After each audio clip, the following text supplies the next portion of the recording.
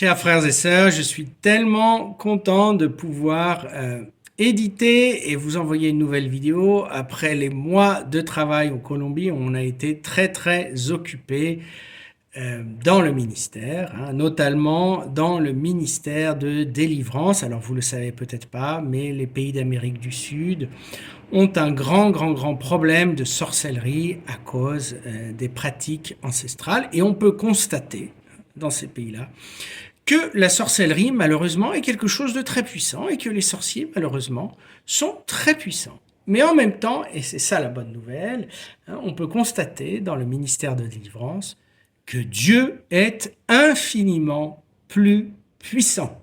Et que devant Jésus, les puissances, les dominations, les principautés, enfin les sorciers et leur sorcellerie doivent nécessairement s'incliner. Alors c'est pas toujours facile, il faut persévérer, il faut insister, c'est beaucoup de travail. Mais à la fin, si on s'accroche bien à Jésus, si on l'aime et si on croit en lui, Jésus est toujours victorieux. Alors, je ne fais pas cette vidéo pour vous parler de ça, même si je pense que ce serait un thème très intéressant pour nous, Européens.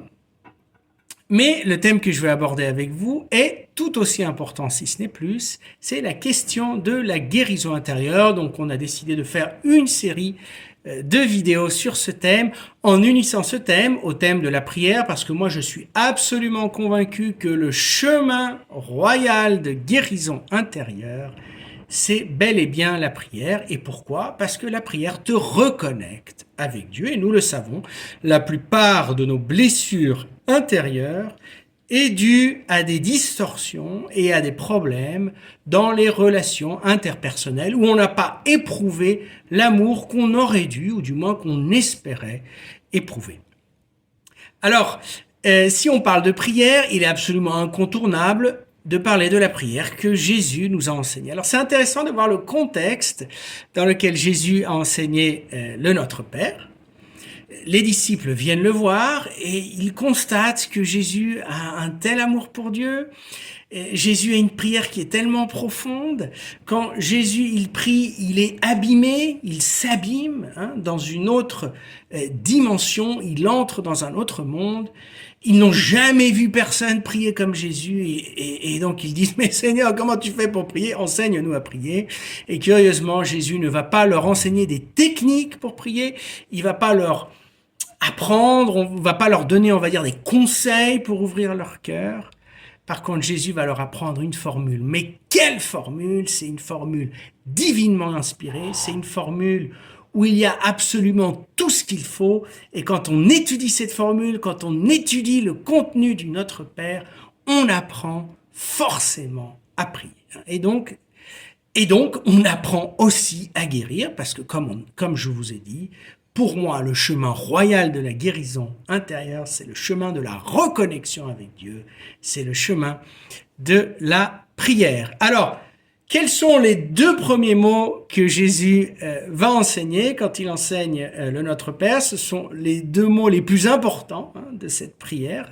Le début est toujours, ou du moins souvent, ce qu'il y a de plus important.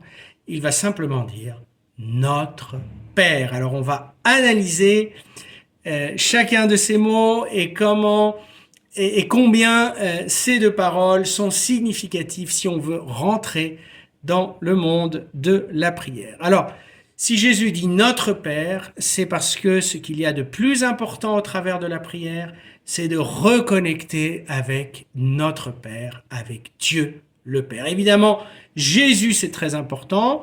L'Esprit Saint est très important. Tous les trois sont un seul Dieu, Père, Fils et Esprit Saint, on le sait.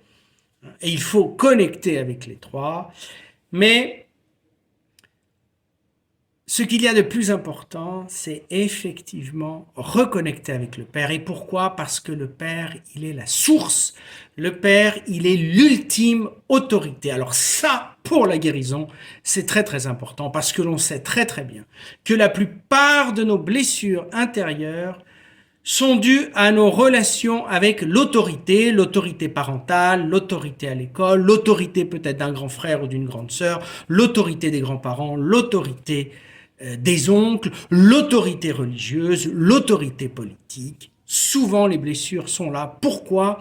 Parce que l'autorité doit être un véhicule d'amour et malheureusement, pas mal de fois, l'autorité est une occasion de blessure. Et ça, c'est pas bon du tout pour nous. Pourquoi? Parce que c'est évident que l'autorité doit nous apprendre à faire confiance. L'autorité doit nous guider. L'autorité doit nous aider à être délivrés de nos insécurités et de nos peurs. C'est la fonction primordiale de l'autorité. Elle le fait en nous donnant de l'amour. Mais quand cela n'est pas arrivé et que notre vision de l'autorité est distorsionnée, alors la peur va gagner beaucoup de terrain en nous, malheureusement. Et donc, frères et sœurs, c'est très, très, très important que l'on comprenne que notre prière, même si c'est parler avec Jésus, même si c'est parler avec l'Esprit Saint, et il faut que ce soit ça, que notre prière doit avoir aussi comme objectif primordial la réconciliation avec le Père. Et plus que la réconciliation, gagner une familiarité avec Dieu le Père. C'est très important, frères et sœurs, que souvent, dans notre prière, on s'adresse au Père. Et là, il y a une chose que je veux dire, il faut passer de cette vision un peu formelle du Père et rentrer dans une vision beaucoup plus familière du Père. Il faut apprendre à dire « Papa ». Alors je sais, certains vont me dire « Oui, mais Jésus n'a pas enseigné notre Papa, il a enseigné notre Père ». Certes, Jésus a enseigné cette prière et il l'a enseigné d'une façon assez formelle, due au contexte dans lequel il l'a fait et due à l'époque dans laquelle il l'a fait, bien entendu. Mais rappelez-vous une chose très importante, quand Jésus est à Gethsémani et qu'il a des difficultés extrêmes pour poursuivre sa mission, qu'il est très très tenté de tout lâcher et qu'il a envie de dire à son Père, trouve une autre solution, qu'est-ce que va faire Jésus? Il va s'adresser à son Père, il va pas dire Père formellement, il va dire Papa. Frères et sœurs, ça, c'est essentiel. Et en même temps, Paul dit bien dans ses lettres que l'Esprit Saint, il nous inspire une prière du cœur, et dans cette prière du cœur, qu'est-ce qu'on va dire? On va dire Abba. Et Abba, précisément en araméen, ça veut dire Papa. Donc il est très très important de passer du paradigme du père formel, voyez, à Papa. Il est très important donc, au travers de ce changement de paradigme, d'apprendre à avoir un cœur à cœur avec nos papas et avec notre papa et à lui dire des choses que ça se trouve on n'a jamais dit à personne. Combien de fois, hein, comme moi je travaille dans la guérison intérieure, combien de fois j'ai eu des gens qui sont venus me voir et qui m'ont dit « Ah, je vais vous raconter ceci que j'ai raconté à personne » et souvent, ce qui se passe, c'est que cette personne a été abusée quand elle était petite et évidemment, elle a honte de cela et elle va pas crier ça sur les toits, c'est évident. Mais moi, je me demande, est-ce que cette personne en a parlé à son Papa céleste? Ah, mais vous allez me dire, mais Dieu le sait déjà, il sait déjà tout. Oui, mais Dieu veut que tu le dises.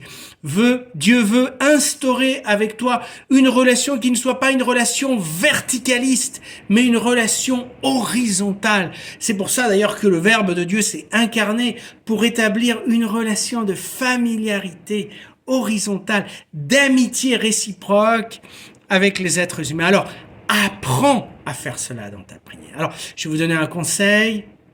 Imagine que tu es sur les genoux de ton Père Céleste. Et là, tu commences à lui parler. Et tu vas faire cette expérience. Tu vas voir que ça va te guérir de beaucoup de choses. Hein. Fais cette expérience et répète-la plusieurs fois. Alors peut-être certains ou certaines vont me dire, mais vous ne savez pas combien était difficile la relation avec mon Père. Je suis incapable de faire ça. Eh bien moi, je vous dis, c'est pas vrai. C'est pas vrai. Par grâce de Dieu, tu peux. Comment as-tu appris à nager?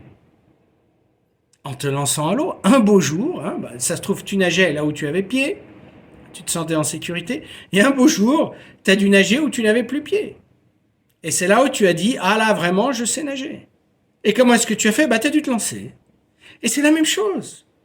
Tu te sens bloqué, tu sens que tes sentiments n'accompagnent pas, tu sens une aridité, euh, tu sens de la honte, t'as vraiment pas envie de lui parler, parle-lui. Et petit à petit, dans cet exercice, parce que Dieu te répond, hein, quand tu lui parles, lui, il te répond, peut-être que tu l'entends pas, mais ton âme et ton cœur profond l'entend. Donc toi, tu lui parles, il te répond. Et petit à petit, dans ce dialogue puissant et merveilleux, petit à petit va s'instaurer, va se rétablir la relation avec Dieu et va être guérie ta relation avec l'autorité. Quand tu comprends que le créateur du monde est ton papa, tu comprends alors que le monde est ta maison et tu n'as plus peur du monde. Tu comprends que le monde n'est pas une menace, mais le monde est le lieu où tu es appelé à t'épanouir. Combien d'entre nous on n'est pas capable d'avancer, on n'est pas capable d'utiliser tout notre potentiel parce que dans notre imaginaire, le monde est une menace et n'est pas la maison que papa a créée pour nous. Dernière idée, on dit notre Père, c'est dans l'évangile de Matthieu, la version de Matthieu, on dit notre Père. Dans la version de Luc, on dit juste Père. Mais dans la version de Matthieu, c'est pas par hasard, c'est notre Père. Le notre est important. Si tu veux reconnecter avec ton papa, tu as besoin des autres. Tu as besoin de prier avec les autres, tu as besoin d'échanger avec les autres, tu as besoin que d'autres te partagent leurs témoignages, tu as besoin d'entendre des vidéos sur YouTube comme celle que je suis en train de faire, tu as besoin de participer à des retraites, tu as besoin de conseils, tu as besoin de parler et de communiquer avec tes frères et tes sœurs. Parce que tu as des frères et des sœurs qui ont une relation et une connexion merveilleuse avec papa. Et tu peux apprendre d'eux. Et c'est au travers d'eux que tu vas te connecter avec lui. Regardez ce qu'a fait notre Père. Il nous a envoyé son Fils, notre frère, Jésus-Christ. Et aujourd'hui, il continue d'envoyer beaucoup de fils et de filles pour t'aider. Je pense que là, on va terminer avec cette première vidéo. On m'a toujours dit que faut pas que les vidéos soient trop longues. Donc, on va terminer avec une petite prière. La prière, c'est tellement puissant. Je vais parler en langue puisque c'est ce qui est présent dans la Bible, et c'est une prière qui est tellement puissante, puisqu'on ne sait pas, comme dit très bien saint Paul dans la lettre aux Romains chapitre 8, on ne sait pas prier comme il convient, mais l'Esprit Saint prie au travers de nous avec des cris ineffables, c'est le parler en langue,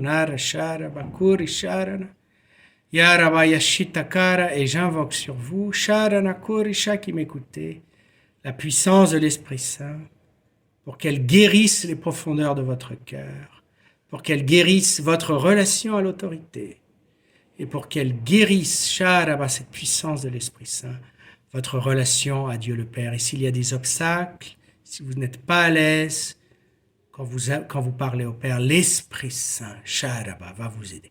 Parlez à l'Esprit Saint et dites-lui, j'ai besoin de ton aide. Enseigne-moi à parler à papa.